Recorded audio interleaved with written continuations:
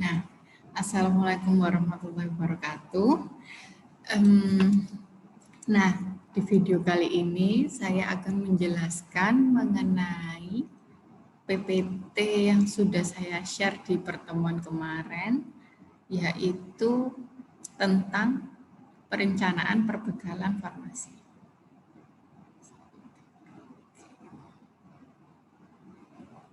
Saya share screen dulu. Oke, di sini.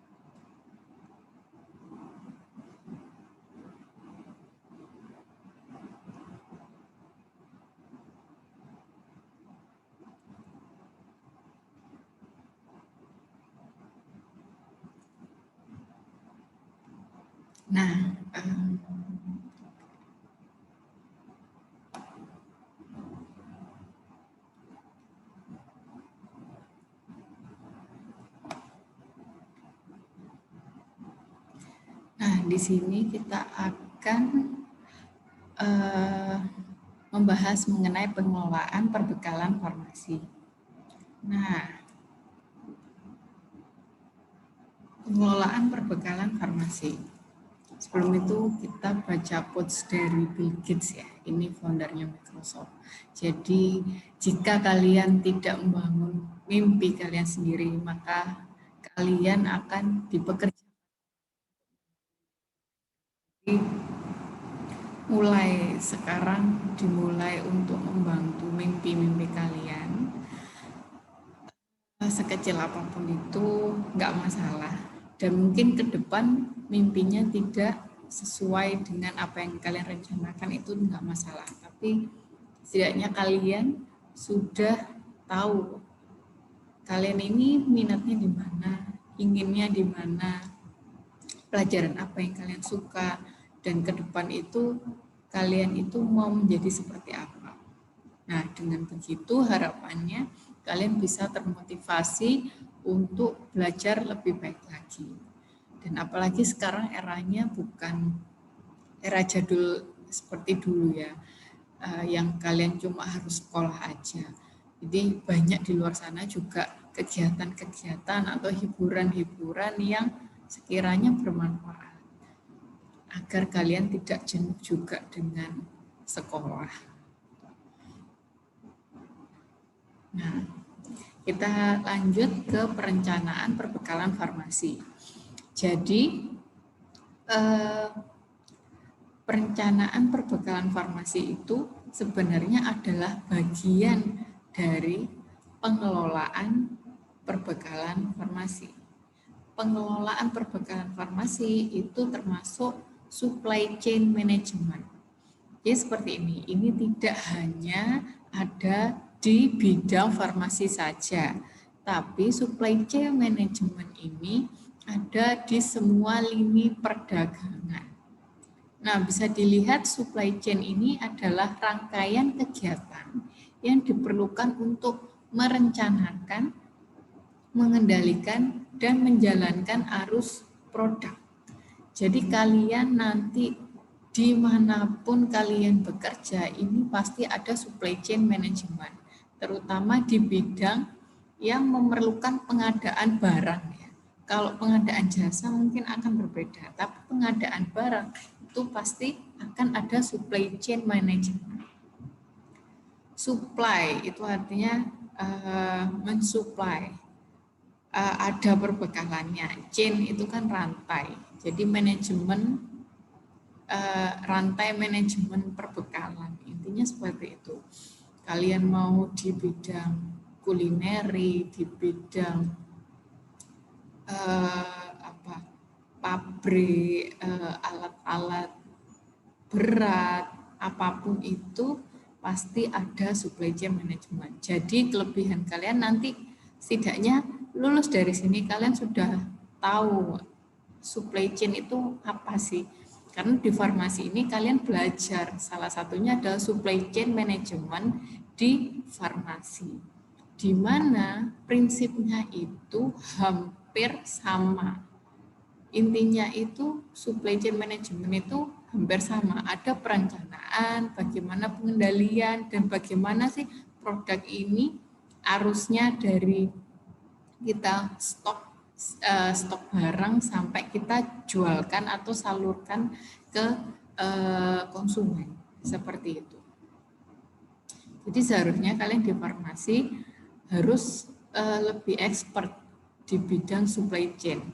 Nah, kalian pun kayak di Alfamart gitu ya, itu pasti ada supply chain manajemennya, kayak gitu. Jadi harapannya kalian keluar dari sini pun kalian sudah dibekali, sudah punya bekal tentang supply chain management yang bisa dipakai dimanapun kalian bekerja nanti. Nah, kita masuk di dunia farmasi. Supply chain management di farmasi atau pengelolaan perbekalan farmasi merupakan suatu siklus kegiatan yang saling terkait. Dimulai dari perencanaan, pengadaan, penerimaan, penyimpanan, pemusnahan, pengendalian, pencatatan, pelaporan. Intinya adalah sebagai farmasis atau tenaga teknik kefarmasian atau tenaga farmasi, kita itu perlu tahu obat ini datangnya dari mana, bagaimana diproduksinya.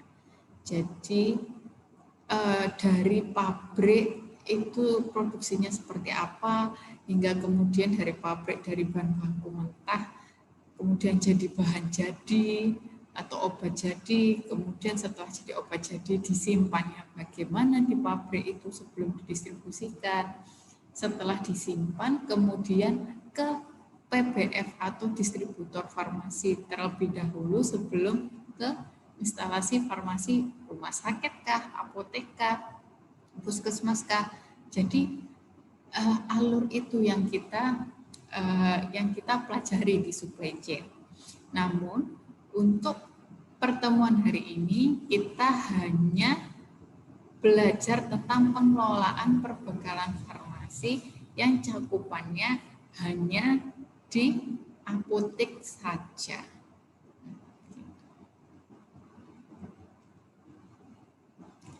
Nah, karena kita ini bekerjanya dengan bahan-bahan atau barang-barang yang berlandaskan hukum, jadi obat ini bukan kayak kacang ya, bukan kayak makanan yang kalian bisa pengadaan seenaknya, kemudian kalian jual seenaknya, nggak kayak gitu. Jadi kita itu punya payung hukum. Jadi semua kegiatan pekerjaan kita itu ada dasar hukumnya. Nah, yang kita bahas ini kan standar pelayanan kefarmasian di apotek. Ini berdasarkan Peraturan Menteri Kesehatan atau Permenkes RI nomor 73 tahun 2016. Di sini kita tahu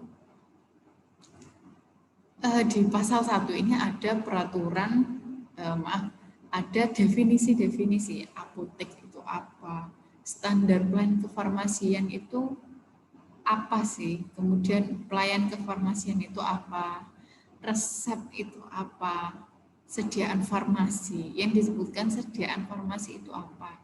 Nah, definisi-definisi ini sebenarnya kalian sudah bisa cari di Permenkes ini. Jadi ketika ada yang tanya, definisi obat itu apa? Definisi alat kesehatan itu apa? Definisi BMHB itu apa? Apoteker itu apa sih? Atau nanti kan kalian bekerja sebagai tenaga teknis kefarmasian. Dan tenaga teknis kefarmasian itu apa? Nah, kalian silakan cari di Permenkes ini di pasal 1. Semua definisinya sudah dituangkan di sana. Seperti itu. Jadi kalian nggak asal bikin definisi, karena sebenarnya kita ini sudah dijamin oleh negara, pekerjaannya sudah terdefinisikan, dan ini sebenarnya perlindungan kalian dalam melakukan pekerjaan nanti. Jadi nggak ada yang namanya polisi asal tangkap atau kita asal kerja nggak lihat peraturan pemerintah, itu nggak bisa kayak gitu. Nah, untuk tugas postes, kalian silakan sebutkan definisi-definisi nomor 1 sampai 5. Itu silakan diketik. Bisa diketik di Word atau langsung dicatkan by WA. Jadi kirimkan tugas postesnya by WA untuk tugas postes. Nah, kemudian di sini topik kita hari ini adalah pengelolaan sediaan farmasi, alat kesehatan dan BMHP atau bahan medis habis pakai. Nah, peraturan ini adalah dasar kita melakukan pengelolaan sediaan farmasi. Jadi perbekalan farmasi itu ada sediaan farmasi, ada alat kesehatan, dan ada BMHP. Jadi kalian nanti itu tugasnya adalah menyediakan 3 ini. Nah, di sini di Permenkes ini adalah pelayanan di apotek. Sebenarnya di apotek dan di rumah sakit itu hampir sama. Nah, dasarnya saya ajarkan dulu yang di apotek karena skalanya lebih kecil, jadi lebih mudah harapannya. Tapi kalau nanti di rumah sakit itu akan sedikit berbeda teknisnya karena distribusinya nggak langsung ke pasien, bisa ke instalasi farmasi. Itu kan di rumah sakit itu bisa ada banyak sekali, tergantung polinya, ada poli paru kah, poli jantung kah. Nah, di setiap poli itu kemungkinan ada instalasi farmasi. Jadi nanti perbedaannya mungkin di distribusinya yang akan berbeda. Intinya kalian tahu dasarnya pengelolaan sediaan farmasi atau perbekalan farmasi kita itu meliputi kegiatan-kegiatan yaitu perencanaan, pengadaan, penerimaan, penyimpanan, pemusnahan, pengendalian, pencatatan, dan pelaporan. Nah, selain itu, kita harus tahu nih, pelayanan kefarmasian di apotek itu ada 2, pengelolaan atau manajemen, manajerial biasanya. Pekerjaan kefarmasian itu ada 2, manajerial dan pelayanan farmasi klinik. Jadi manajerial itu yang kita pelajari saat ini tentang pengelolaan perbekalan farmasi. Yang kedua adalah pelayanan farmasi klinik.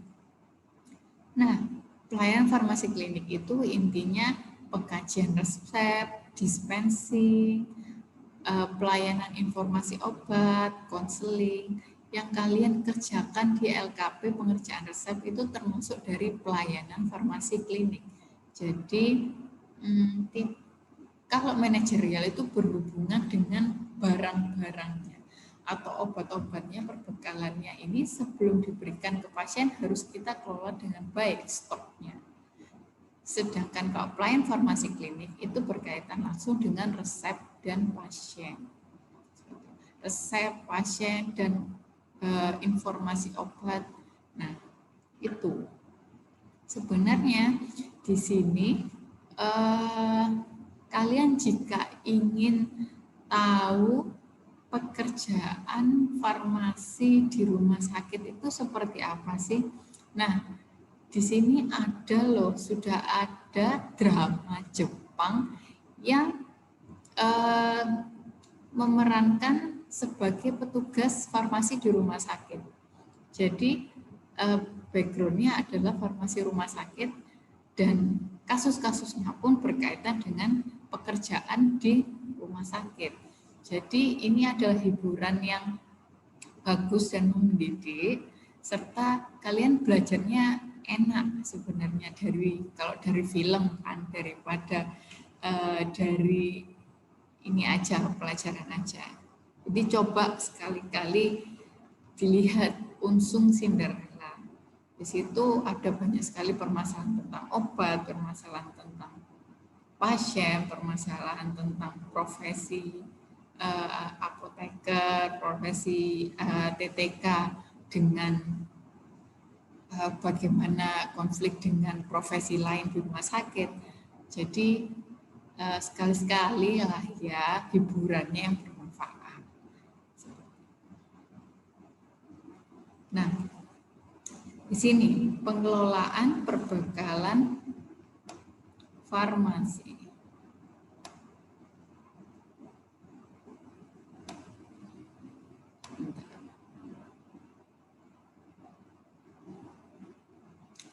Nah, pertama, intinya seperti ini. Pertama, ada perencanaan. Jadi, gampangnya adalah sebelum kita di apotek, sebelum kita membeli barang atau mengadakan barang, kita harus rencanakan dulu. Yang kita mau beli itu apa? Itemnya apa aja yang mau kita beli? Dan dasarnya kita beli itu tuh apa? Apakah semua jenis obat kita beli? Apakah semua alkes-alkes yang ada di pasaran kita beli? Padahal di apotek itu juga punya anggaran yang terbatas. Nah, di sini kita belajar merencanakan pengadaan perbekalan farmasi. Jadi apa aja sih yang diperlukan dalam perencanaan ini yang di sini kita bahas. Kemudian setelah direncanakan kita melakukan pengadaan, di mana di pengadaan ini kita membeli barang atau membeli perbekalan farmasi di pedagang besar farmasi atau di PPF. Jadi kalian perlu tahu, ada yang namanya industri farmasi atau pabrik farmasi, kemudian ada PBF, pedagang besar farmasi, atau nama lainnya distributor. Lalu baru ada tempat penyaluran obat-obat pasien itu instalasi farmasi atau apotek. Jadi kita membeli barang itu tidak langsung ke industri, karena industri ini tugasnya hanya memproduksi. Sedangkan yang berhak mendistribusikan ke instalasi farmasi atau apotek itu adalah PBF. Jadi kita membeli obat-obatan itu di PBF, bukan di industri farmasi seperti itu. Nah, itu nanti di pengadaan. Apa aja yang diperlukan ketika kita membeli obat-obatan di PBF. Kemudian setelah itu, setelah kita membeli atau mengadakan obat-obat itu, kita menerima barang dari PBF. Nah, di saat penerimaan barang ini, apa saja sih yang perlu kita lakukan? Kita harus ngecek barangnya sudah sesuai enggak dengan perencanaan kita di awal. Apakah sesuai dengan pesanannya? Kemudian kita cek expired date-nya, kemudian kita cek stabilitas obatnya, apakah ini kualitasnya bagus atau enggak. Karena di apotek itu item obatnya itu ada banyak. Dan kalau sampai rusak atau tidak kita salah beli, itu kita yang rugi sebagai petugas. Seperti itu. Nah, kemudian setelah penerimaan, setelah sudah diterima barangnya, kita akan belajar nyimpennya itu seperti apa sih. nyimpen di apotek ini seperti apa. Kalau misalnya di rumah sakit berarti nyimpen di instalasi farmasi ini seperti apa. Suhunya bagaimana, sampai berapa lama. Nah, penyimpanan ini tidak lepas dari pengendalian. Ini kan setelah penyimpanan ada pemusnahan ya. Ini circle-nya ini sesuai dengan peraturan Permenkes tadi. Tapi sebenarnya penyimpanan itu hubungan eratnya sama pengendalian. Jadi ini kita mengendalikan obat ini, kalau obat ini itu disalurkannya kepada pasien yang tepat atau tidak. Kemudian bagaimana caranya supaya ini tidak dibeli oleh oknum-oknum, misalnya buat mabuk-mabukan atau buat narkoba, itu namanya pengendalian. Kemudian bagaimana kita menyimpannya dengan baik, itu juga termasuk pengendalian. Dan bagaimana caranya agar ini tidak sampai expired date sehingga kita tidak rugi, itu termasuk pengendalian. Nah, nanti kita belajar lagi. Kemudian ketika sudah expired date, ini harus diapakan. Nah, ketika expired date itu kan harus dimusnahkan. Nah, pemusnahan obat-obatan itu ada dasar hukumnya. Jadi nanti kita akan bahas pemusnahan itu bagaimana sih memusnahkan obat, apalagi untuk apotek atau rumah sakit misalnya yang skalanya lebih besar. Kemudian ada pencatatan dan pelaporan. Sekali lagi, kita ini mengelola perbekalan farmasi yang punya dasar hukum. Obat-obat ini bukan barang seperti makanan atau kacang goreng yang gampang kita beli, kemudian kita jual seenaknya. Enggak, kita tetap harus ada pencatatan dan pelaporan. Pelaporannya kemana? Kita melaporkan penggunaan obat-obat itu ke dua tempat. Ada yang ke Dinkes, ada yang ke Bepom. Nanti kita bahas itu di pencatatan dan pelaporan. Nah, untuk saat ini kita bicarakan hanya sampai perencanaan saja. Oke. Perencanaan.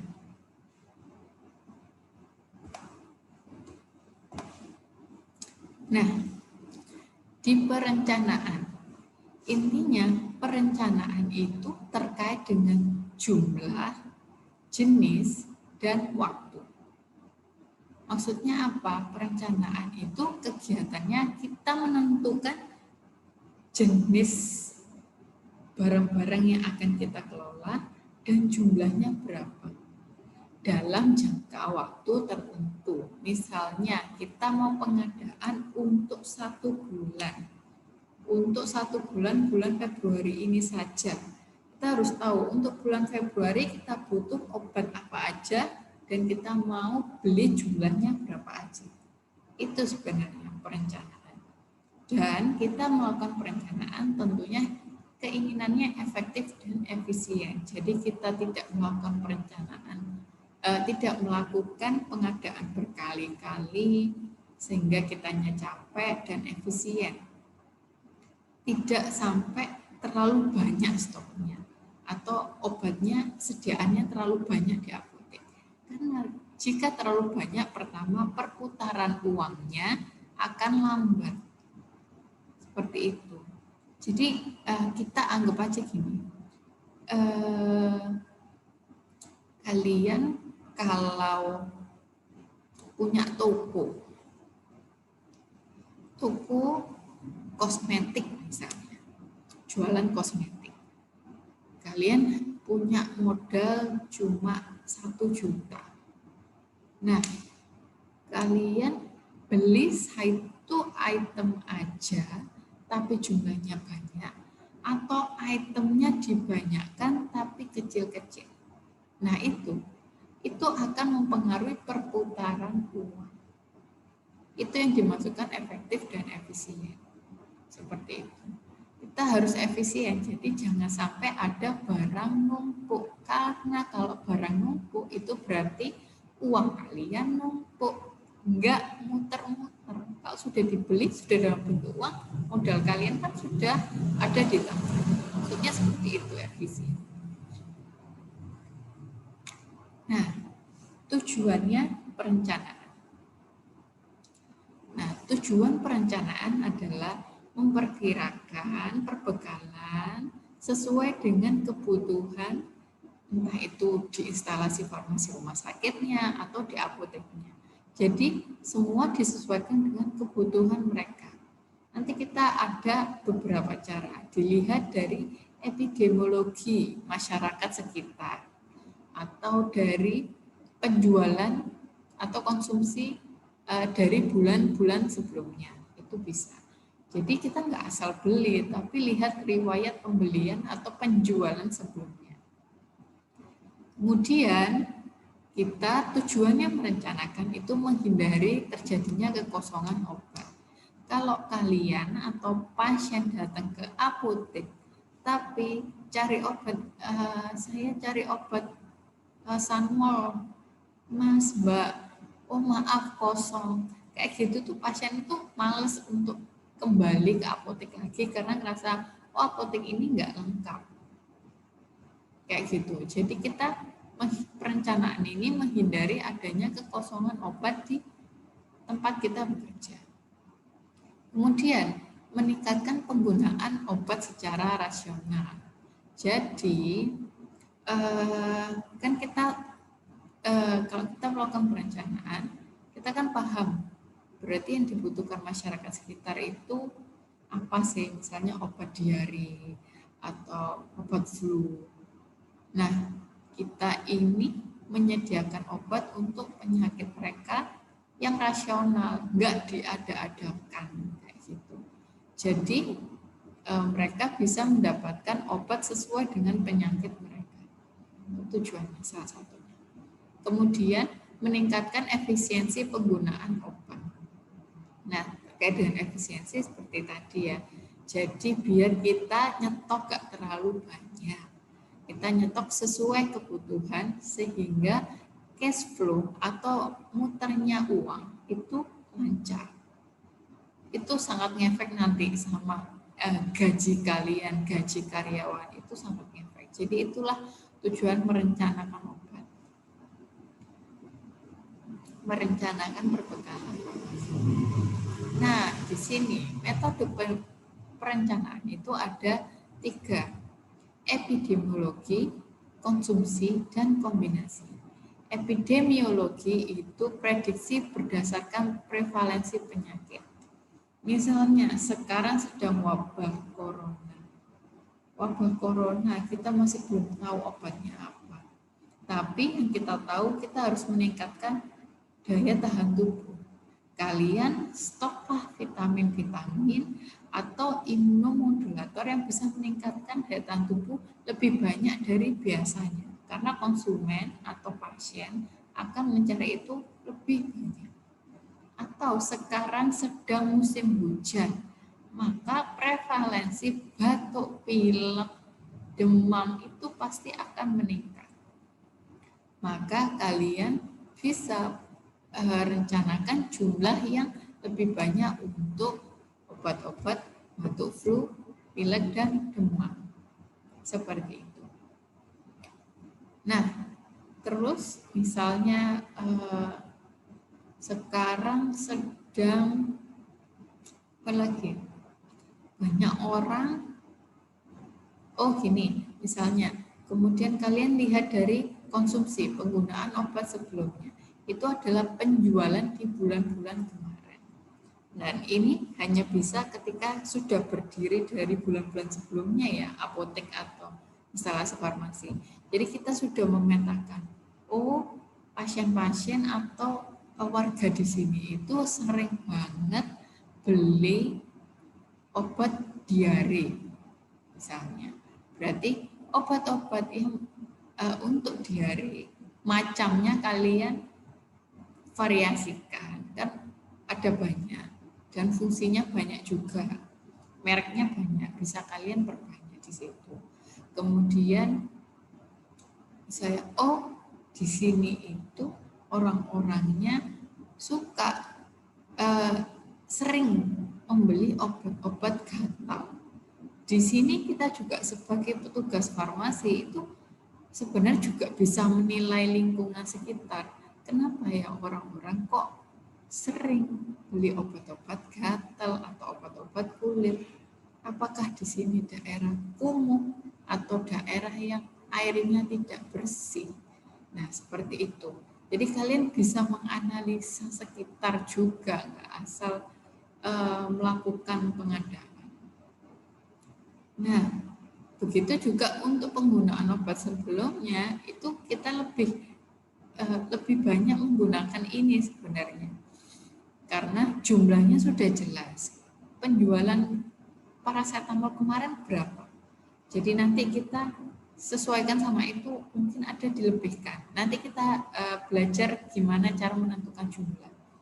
Intinya itu, kalau konsumsi dari penjualan obat sebelumnya. Ada yang kombinasi. Kalau kombinasi ini penggunaannya disesuaikan dengan konsumsi, tapi juga disesuaikan dengan prevalensi penyakit. Jadi kita lebih fleksibel, nggak cuma konsumsi aja. Jadi kita lihat penjualan sebelumnya, tapi kita juga lihat musim misalnya. Habis ini musim hujan, jadi saya tambahin deh ininya obat-obat batuk flu-nya.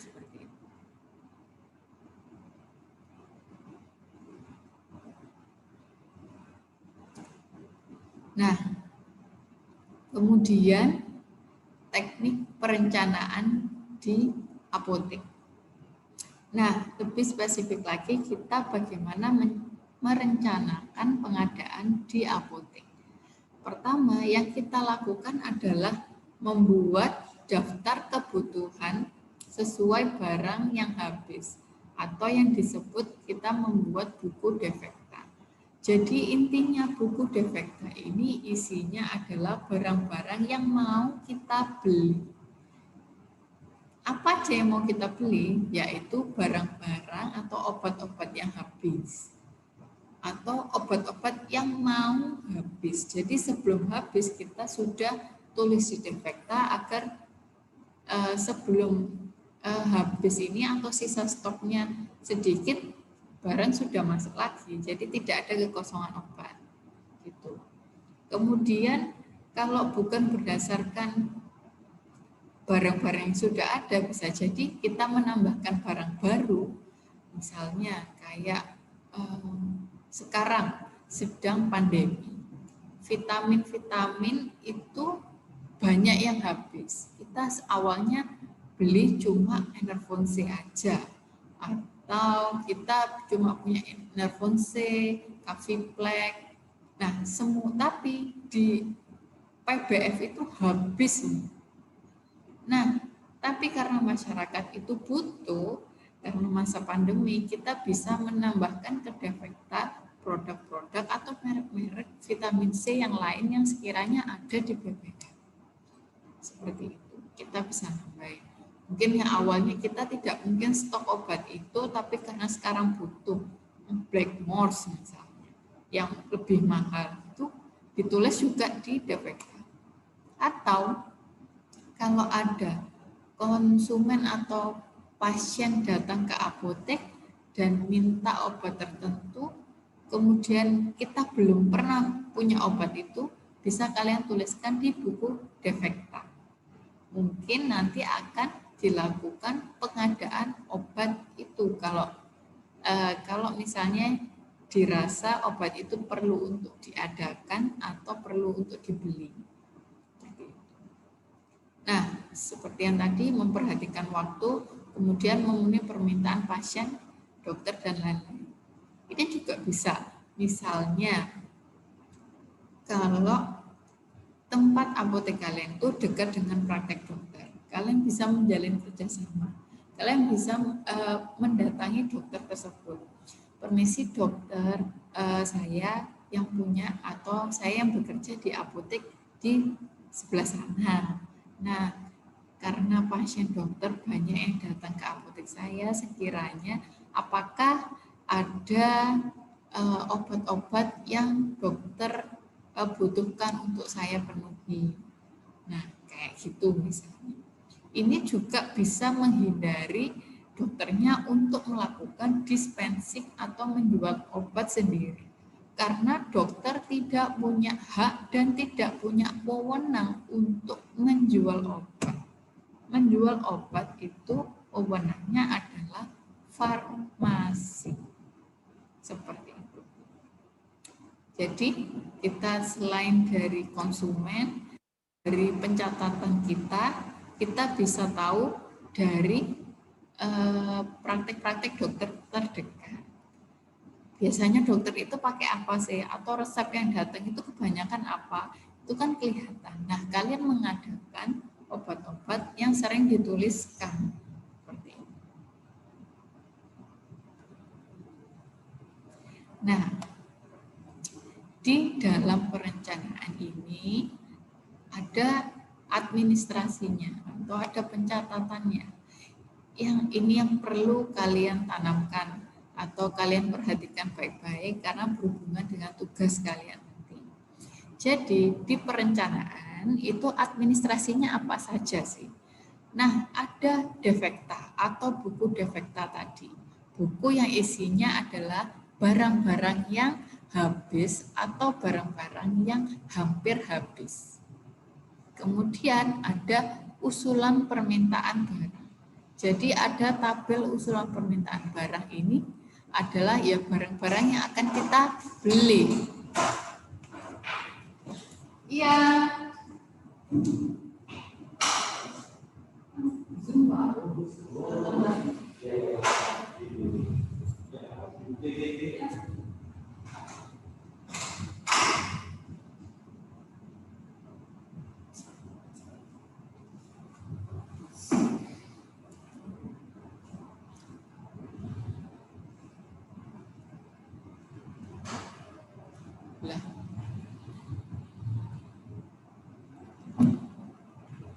Maaf ya, tadi masih ada gangguan teknis. Kita kembali sampai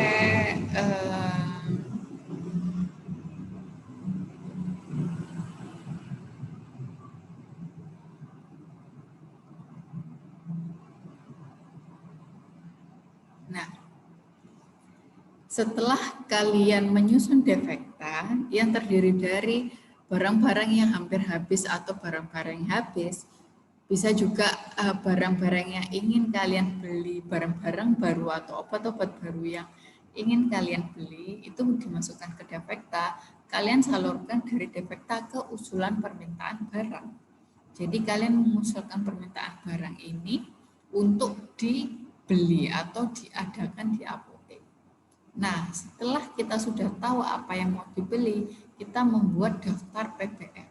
Daftar PPF ini adalah daftar di mana kalian akan membeli obat-obatan yang sudah kalian list tadi. Karena setiap item itu tempat jualnya berbeda. Tergantung di mana produksinya dan tergantung sama pabrik itu bekerja sama dengan PPF apa untuk menyalurkan obat-obatannya. Jadi kita langsung aja ke praktek ya.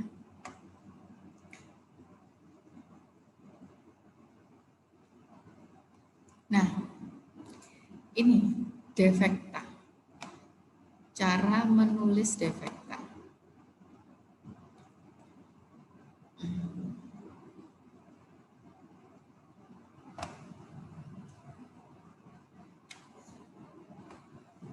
Nah, defekta ini dasar yang utama untuk pemesanan obat-obatan. Di dalam defekta ada nomor, nama barang, bentuk sediaan, stok minimal, total pakai, sisa stok, dan perencanaan. Kalau di apotek nanti atau nanti kalian bekerja mungkin akan lebih simpel. Ada cuma nomor dan nama barang sama stok sisanya berapa. Nah, Jadi intinya adalah kalian kalau di apotek, kalau disuruh tulis buku defekta atau catat barang-barang yang mau habis, kalian tinggal lihat rak-rak yang ada di apotek. Oh, itu mau habis, ditulis. Itu mau habis. Jadi maksud dari kalian nanti akan muteri rak-rak obat, dicek satu-satu. Oh, tinggal satu strip, diadakan lagi. Oh, masih segini, nggak usah ditulis. Oh, ini sudah tinggal dikit, ditulis. Oh, ini masih banyak, nggak usah ditulis. Jadi itu intinya defekta. Ketika kalian bekerja atau praktek lagi, nanti itu akan lebih gampang. Cuma di sini kita belajar merencanakannya seperti apa. Jadi yang lengkapnya adalah ada nomor, nama barang, bentuk sediaan. Nama barang itu nama obatnya misalnya. Bentuk sediaannya apa? Tablet, sirup, kapsul. Stok minimal. Stok minimal itu adalah barang itu minimal ada di apotek itu berapa biji. Misalnya paracetamol sirup, stok minimalnya adalah 3 botol. Sehingga ketika kalian melihat paracetamol sirup di apotek sudah 3 botol, itu kalian perlu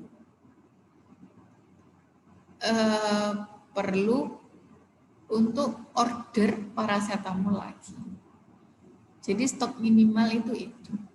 Jadi nggak boleh kurang dari 3 botol paracetamol yang ada di apotek. Nah, datanya ini dari mana? Kalian untuk saat ini tidak perlu menentukan stok minimal. Tapi sebenarnya nanti itu ada cara menghitung stok minimal. Cuman di sini biar kalian lebih mudah dalam melakukan perencanaan, kalian nanti stok minimalnya dapat dari soalnya. Dianggapnya sudah ada data dari penjualan kemarin. Ini stok minimal seperti itu. Jadi misalnya paracetamolnya sudah tinggal 2 atau tinggal 1, itu sudah segera harus diadakan kayak gitu. Jumlahnya berapa? Tidak kurang dari 3 botol tadi, karena stok minimalnya 3 botol. Kemudian total pakai. Total pakai ini adalah data pemakaian dalam 1 bulan. Nah, kemudian sisa stoknya, lihat kartu stok instalasi farmasi. Nah, sisa stok ini bisa kita lihat secara fisik atau dilihat dari kartu stok. Kartu stok kan ada sisanya 1, fisiknya 1, harusnya di kartu stok kan juga 1. Jadi kartu stok ini yang kita lihat sisa 1. Kalau misalnya nggak sesuai harus disesuaikan ya. Jadi kartu stok ini fungsinya juga untuk pengendalian. Jadi misalnya di kartu stok ini harusnya 2, tapi obatnya ada 1. Hilang kemana ini obatnya? Kalian harus telusuri. Apakah ada penjualan yang tidak dicatat di kartu stok? Nah, itu semuanya harus tercantum. Karena kalau ada miss seperti ini, nanti kalian perencanaannya akan amburadul. Yang sebenarnya dia itu lakunya adalah 5 botol, tapi hanya dicatat 3 botol, itu akan mempengaruhi jumlah perencanaan kalian di bulan berikutnya. Seperti itu. Langsung ke contoh saja. Nah, nanti kita langsung ke contoh ya. Bentar, jika jumlah perencanaan hasilnya positif, maka pesan atau masuk usulan permintaan. Jadi untuk perencanaan atau jumlah yang akan dibeli, ini adalah yang di perencanaan ini. Itu dari mana? Stok minimalnya ditambah total pakai dikurangi sisa stok. Jadi kalau misalnya ini hasilnya plus 4 plus 5, itu berarti kalian harus menambahkan 4 botol atau 4 tablet misalnya, atau 5 strip. Jika jumlah perencanaan hasilnya negatif, maka tidak pesan atau tidak masuk usulan permintaan. Kalau misalnya ini hasilnya adalah -4, -5, berarti itu tidak perlu diadakan. Karena apa? Berarti kalau minusnya besar atau minus, ini kan berarti sisa stoknya masih banyak dibandingkan stok minimal dan total pakainya. Jadi masih belum perlu dilakukan pengadaan. Kita lanjut. Kemudian setelah pengadaan, kalian usulkan, setelah ditulis di buku defekta, sudah ada jumlah perencanaannya, kalian transfer ke usulan permintaan barang. Ini intinya rangkumannya dari defekta tadi. Defekta tadi kan dasarnya kita mau beli barang kan ya. Ada tulisannya sisa stoknya berapa, kemudian ada minimal stoknya berapa sampai kita tahu jumlahnya. Nah, jumlahnya ini kita setorkan di usulan permintaan barang. Kemudian usulan permintaan barang ini adalah usulan dari kalian ke apoteker. Sehingga nanti di bawah usulan permintaan barang ini ada tanda tangan apoteker penanggung jawab apotek atau apa, kemudian diberi stempel dan dikasih tanggal pada saat mengerjakan. Tuh yang biasanya lupa, jangan lupa. Nah, tadi defekta itu sisa stok dilihat dari ini apa namanya kartu stok. Jadi tiap kartu stok dilihat selalu ada tulisan jenis barang atau nama obatnya. Dalam satu kartu stok itu hanya ada satu jenis obat. Jadi kita bisa lihat Tremensa tablet. Alur barangnya seperti apa? Dilihat, jangan lupa tanggalnya. 10 Februari keluar 10, 15 Februari keluar 10. Maret keluar lagi 10. Ini 5 Mei keluar 15. Jadi nanti yang kalian lihat itu yang bulannya sama. Kan kalian pemakaian dalam 1 bulan. Jadi kalian lihat yang bulannya sama yang kalian hitung. Seperti itu. Jangan lupa di sini ada sisa ditulis dan tanda tangan. Contoh. Di sini ada Ambroxol tablet dan Otrivil nasal drop. Ambroxol tablet. Yang hitam ini dari soalnya, yang merah ini kalian tulis sendiri. Nama barang Ambroxol tablet, stok minimal 20. Ini dari soal sudah ada. Stok minimalnya 20. Total pakainya dalam 1 bulan berapa? Kita lihat Ambroxol. Dilihat dulu tanggalnya, ini Januari semua. Berarti 1 bulan ya. Nah, kalian tulis total pakai. Total pakai itu yang keluar saja. Yang keluar kan ini. 10, 15, 15, 20, 20. Totalnya berarti 10, 80. Jadi kalian harus tahu masuk keluar ini. Tanggal 4 masuk 100 tablet. Jadi sisanya kan 100 tablet di apotek. Nah, masuknya itu PBF-nya apa? Nah, ini PBF-nya dari Raja Wali. Maka masuk 100. Ini penting ya kalian menuliskan PBF-nya apa. Karena nanti biar tahu, oh kemarin dapatnya Ambroxol dari Raja Wali. Nah, kita tulis. Kemudian kalau misalnya Raja Wali tidak ada, kita bisa cari yang lain. Nah, kita bisa track ini. Bisa aja satu obat itu dari PBF yang berbeda-beda. Jadi suatu saat kalau PBF itu mengeluarkan Ambroxol tablet dari pembelian Raja Wali dengan nomor batch ini itu harus ditarik dari pasaran karena ditemukan pelanggaran yang ada di BPOM. Maka kalian harus lihat kartu stok Ambrokso saya dapatnya di mana. Oh, dari Raja Wali. Jadi 100 ini dan yang belum tersalurkan sisanya 20. Kalian tarik, kalian ambil karena kan dari Raja Wali tadi. Itu fungsinya juga kenapa PPF ini harus ditulis. Seperti itu. Nah, tapi untuk soal perencanaan kalian lihat yang keluar. Keluar ini maksudnya apa? Nah, tanggal 5 Januari resep nomor sekian membutuhkan obat Ambrokso sebanyak 10. Kalian tulis 10, sisanya berarti yang ada di apotek adalah 90. Itu. Jadi kalian hanya total pakai dilihat dari barang keluar. Nah, 80. Sisa stok juga dilihat dari bulan ya. Nah, karena kita pengadaannya bulan Februari, jadi kita lihat sisa stoknya yang terakhir. Sisanya adalah 20. Seperti itu. Nah, kemudian Otrivin nasal drop, kita lihat.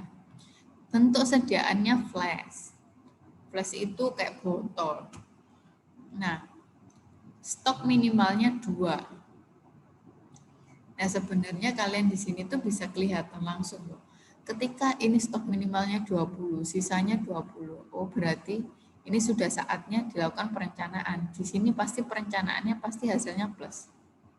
Tapi kalau misalnya di sini sisanya 30, stok minimalnya 20. Berarti kan masih lebih. Itu ini hasilnya minus ini. Jadi masih belum harus pengadaan. Jadi sebenarnya kalian sudah bisa tahu karena logikanya ya dipakai stok minimal sama sisa stoknya. Kemudian di sini Otrivin nasal drop. Di sini ada Desember keluar 1. Nah, yang Desember ini kita tidak masukkan dalam total pakai karena di sini kita pakai yang 1 bulan saja, yang Januari. Januari keluarnya berapa? 2. Masukkan di total pakai 2. Nah, ini apa AM masuk? Jadi intinya di bulan Januari kita sudah ada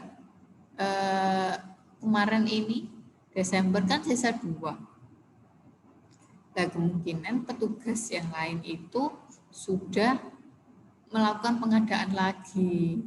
Baru datangnya itu baru di Januari tanggal 1 Januari tanggal 15 itu datanglah AM lagi. Tapi ini tidak mempengaruhi di buku defekta. Yang pengaruh adalah yang keluar saja dalam bulan itu. Jadi 2 sisa stoknya. Nah, perencanaannya berarti Ambrokso stok minimalnya 20, total pakai 80, dikurangi sisa stok barang instalasi farmasi. 100 dikurangi 20 adalah 80 tablet. Maka perencanaannya kalian tulis 80. Sedangkan Otrivin dan hitungan tersebut didapatkan 2 flash. Maka di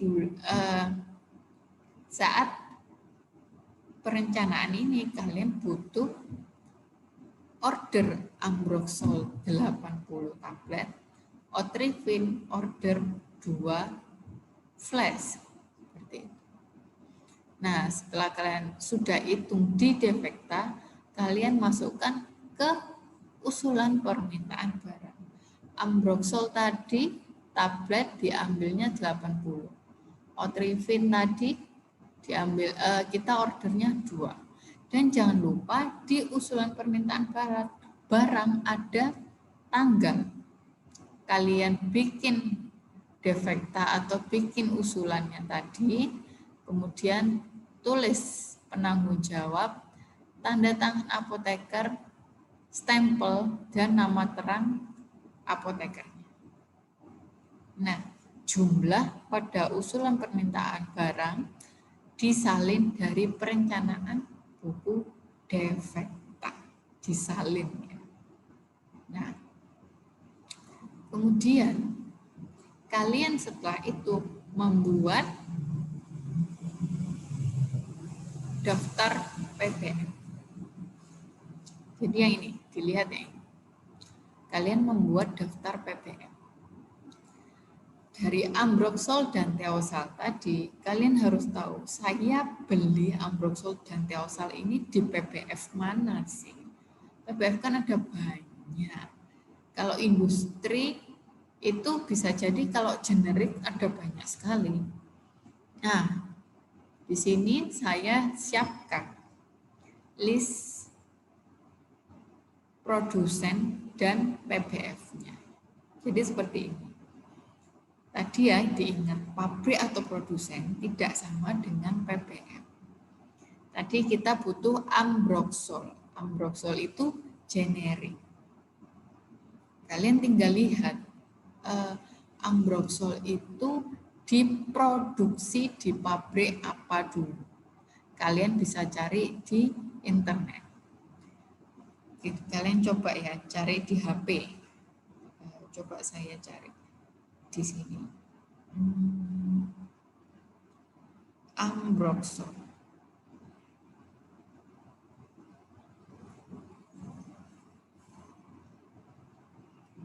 Nah, Ambroxol tablet. Nah, kalian bisa cari ya. Kelihatan nggak ya? Saya pakai screen share aja.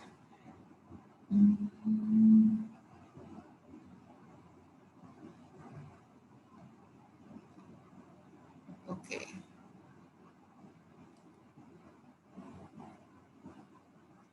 Di Google ya. Nah, pertama kalau kalian bingung, kalian cari di internet. Ini cara cari di internet ya. Ambroxol tablet. Nah, kalian lihat, cari langsung digambar kayak coba. Ambroxol itu ada macam-macam. Yang ada di kemasan ini adalah produsennya, bukan PPF-nya. Produsen itu adalah yang memproduksi. Karena generik itu hampir semua pabrik itu memproduksi. Jadi kalian tinggal cari aja pabrik yang memproduksi. Ini ada Promeda Marojo. Kita cari deh. Ini Indofarma punya. Ini Indofarma. Ada yang ini punya Kimia Farma. Ada yang punyanya Ethercon Pharma. Nah, ini punyanya Nova Parin. Nah, setelah itu kita coba cari di daftar PBF tadi, daftar produsen dan PBF.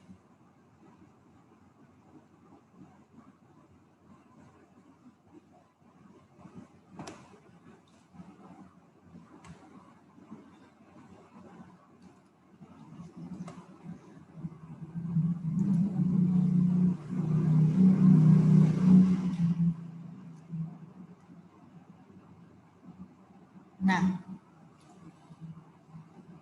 ada Ambroxol Kimia Farma itu tadi kan ada Ambroxol yang Nova Parin. Nah, di sini. Jadi intinya obatnya diproduksi di mana, kita cari. Kalau kalian mau ngambil Ambroxol Kimia Farma, berarti carinya di PBF Kimia Farma. Jadi yang tebal ini adalah nama produsennya atau nama pabriknya, kemudian yang ini adalah nama PBF-nya. Jadi gitu. Jadi Kimia Farma itu ada Kimia Farma Industri, ada Kimia Farma Distributor atau PBF-nya yang tempat kita beli barang. Kalau kita mau ngambil Nova Parin, kita bisa ambil di Indofarma Global Medica atau IGM sebagai PBF-nya, atau kita juga bisa cari di PBF Kimia Farma, kita bisa. Atau kita juga bisa cari di PBF Raja Wali Nusindo. Bebas kalian mau ambil yang mana. Kayak gitu. Nanti yang mempengaruhi kalian tahu di lapangan, misalnya orang itu lihat diskonnya, murahnya, atau ketersediaannya, itu nanti. Tapi yang jelas kalian bisa cari di sini. Nah, daftar ini apabila ada yang tidak ada pabrik yang tidak ada di sini, kalian bisa cari di ISO. Di belakang ISO itu ada daftar pabrik dan daftar PBF-nya. Jadi nggak ada alasan kalian tidak tahu PBF-nya di mana, karena di ISO itu ada. Makanya itu kalian kalau praktek harus membawa ISO seperti itu. Kemudian kita cari tadi adalah Otrivin nasal drop. Otrivin nasal drop. Nah, tadi itu kan Ambrosol adalah generik. Kalau generik semuanya pasti hampir semua pabrik itu ada generiknya. Nah, bagaimana dengan obat paten seperti Otrivin nasal drop? Kita perlu tahu Otrivin nasal drop ini adalah obat paten atau obat bermerek. Jadi pasti hanya diproduksi oleh satu pabrik saja. Karena mereknya obat dalam satu pabrik itu pasti cuma satu. Otrivin ini punya siapa sih? Nah, cari Otrivinnya Indonesia ya. Kalau bukan Novartis. Otrivin nasal drop punyanya Novartis. Kita cari di sini.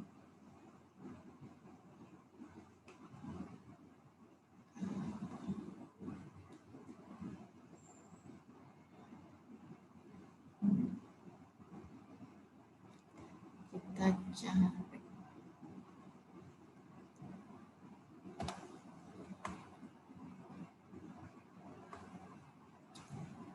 Novartis.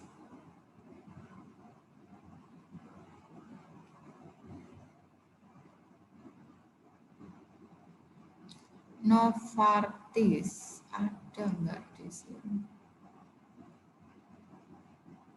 Nah, nggak ada ya. Oh maaf, Teosal. Ya, oh ini Otrivin. Maaf, ini salah ya. Ini Otrivin, bukan Teosal. Salah. Ini Otrivin. Nah, kalian ini contohnya salah ya. Jadi tadi Otrivin adalah Novartis. Kalian cari di bagian belakang ISO. Novartis itu pabriknya apa? Apakah ada di AAM, Anugerah Agromedika, atau di APL, atau di tempat lain? Nah, PBF-nya tulis di sini. Tadi Ambrosol kan sudah di Raja Wali ya. Nah, setelah kalian tahu nama pabrik dan nama PBF, yang kalian buat itu hanya daftar PBF-nya saja. Jadi nanti ada 3 dokumen perencanaan yang kalian buat. Defektan dan perhitungan yang tadi. Yang kedua adalah usulan permintaan barang yang ada tanda tangan apoteker. Kemudian membuat daftar PBF yang ini aja. Jadi sudah ada nomor, nama barang, nama PBF. PBF didapat dari mana? Kita harus tahu dulu nama pabriknya atau nama tempat produksinya di mana. Nah, tempat produksi atau industri farmasi itu mencetus PBF mana sih sebagai distributornya dia. Nah, itu makanya kita cari PBF, bukan pabriknya. Seperti itu. Nah, ini untuk tugas kalian. Belajar untuk mencari di mana kita membeli obat-obatan. Jadi kalian nanti mengisi list daftar PPF yang sudah saya buat seperti itu. Jadi nanti ada obat apa aja itu kalian cari PPF-nya di mana, kemudian mengerjakan perencanaan obat. Kita lihat di soalnya.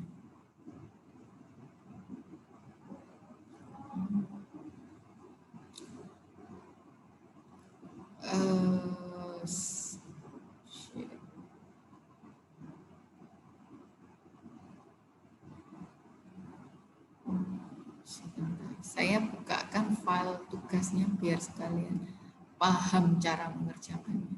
Jadi sudah saya tuliskan ya tugasnya. Yang pertama,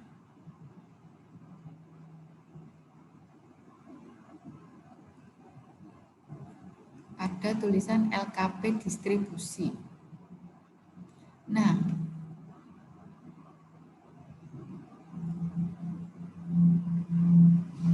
kemudian yang satunya, sebentar saya buka.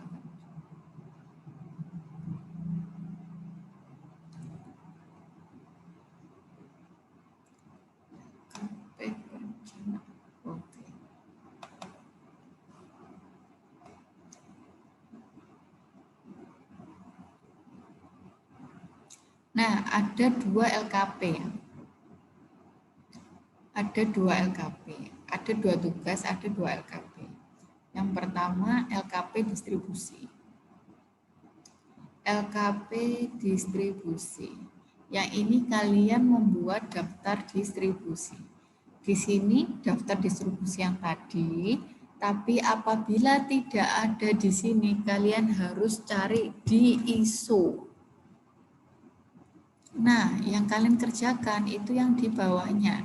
Jadi kalian cari Konidin tablet itu produksinya di mana, kemudian PPF yang mendistribusikannya di mana. Kemudian kalian juga perlu tahu golongan obatnya apa. Golongan obat itu ini, obat umum sama obat khusus. Obat khusus itu ada prekursor, psikotropika, narkotika, dan OOT atau obat-obat tertentu.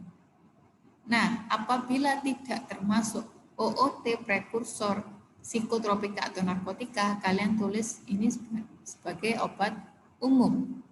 Jadi nanti surat pesanannya surat pesanan umum. Tapi misalnya seperti kodein narkotika. Jadi golongan obatnya narkotika. Surat pesanannya surat pesanan narkotika. Begitu juga yang lainnya.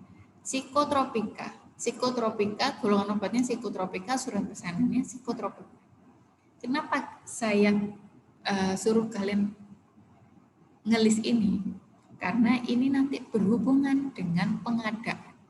Nanti di pengadaan kalian akan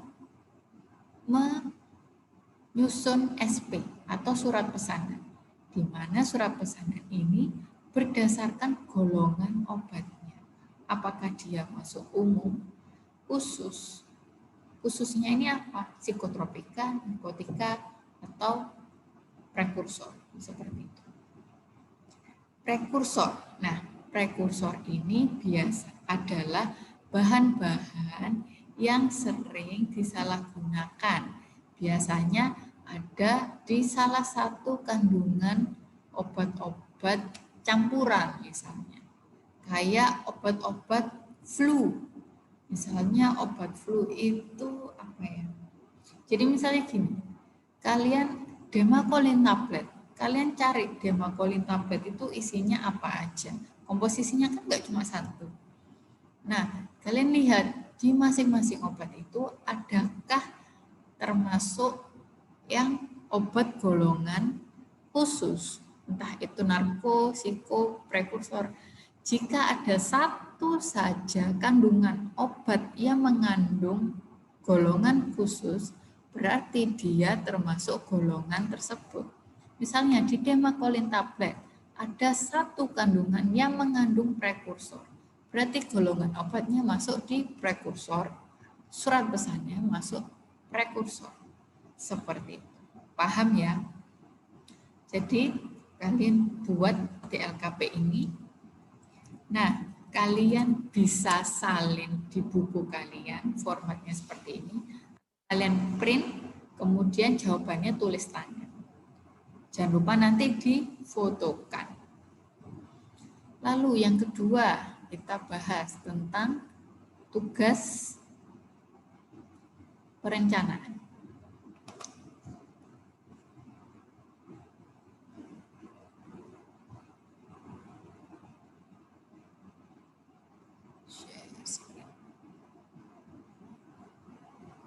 Perencanaan, oke. Nah, di sini ada kartu stok beberapa obat. Ambroxol, Otrivin nasal drop, Analtram, Codein tablet, Rinovet sirup, Sanmak tablet. Nah, dari situ kalian buatlah perencanaannya. Semua obat ini. Ini soalnya, kemasannya kalian perlu tahu ya. Ambroxol kemasannya 1 box isi 100 tablet. Otrivin itu 1 botol 10 mili. Jadi yang bentuknya flash, yang bukan tablet, itu tidak box ya, tapi satuan beli. Nah, jadi kalian carinya di internet juga. Misalnya Codein tablet, kalian cari gambarnya. Oh, Codein tablet 1 box isinya berapa? Nah, itu kalian tulis di sini. Rinovet sirup, karena sirup bisa dibeli flash atau satuan. Jadi Rinovet sirup kalian tulis 1 botol berapa mili. Sama tablet pun seperti itu. Nah, kalian tulis kemasannya. Kemudian satuan stok minimal sudah ada ya. Kalian tulis buku defektanya. Ke-6 tadi kalian tulis perencanaan seperti apa, untuk sediaannya, stok minimalnya dari apa, total pakainya dari kartu stok, penggunaan 1 bulan terakhir. Jadi kalau misalnya tidak bulan, itu tidak usah ditulis keluarnya. Dan sisa stok, ada sisa stok yang terakhir. Nah, baru kalian hitung perencanaannya sesuai rumus yang tadi. Setelah itu kalian bikin usulan permintaan barangnya dari defekta tadi. Jangan lupa yang perlu ditulis apa saja. Lalu kalian bikin daftar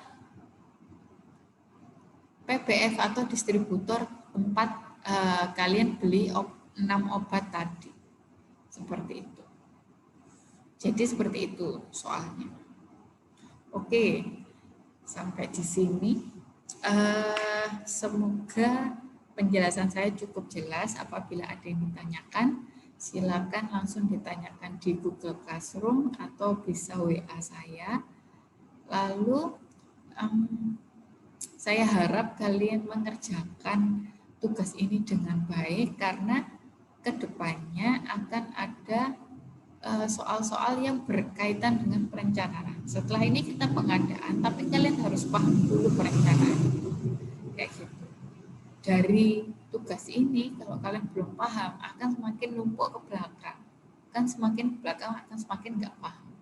Jadi perhatikan baik-baik. Dan ini materi akan kalian kerjakan juga sampai kelas 12 nanti. Sampai kalian ujian LSP nanti, yang diujikan adalah materi pengelolaan ini. Jadi perlu sekali kalian perhatikan. Nah, sampai di sini dulu penjelasan dari saya. Dan jangan lupa diniatkan belajarnya itu untuk masa depan atau untuk kehidupan kalian sendiri. Bisa dilihat quotes-nya di belakang. Bukan ujian nasional besok yang harus kalian khawatirkan, tapi ujian hidup yang akan kamu lalui setelah meninggalkan Jadi insya Allah ketika kalian belajar sungguh-sungguh di SMK Farmasi ini, kalian punya banyak sekali bekal untuk melalui cobaan-cobaan di kemudian hari. Entah itu permasalahan keuangan atau permasalahan di pekerjaan, mencari pekerjaan dan lain-lain. Seperti itu. Nah, singkat kata saya akhiri. Wassalamualaikum warahmatullahi wabarakatuh.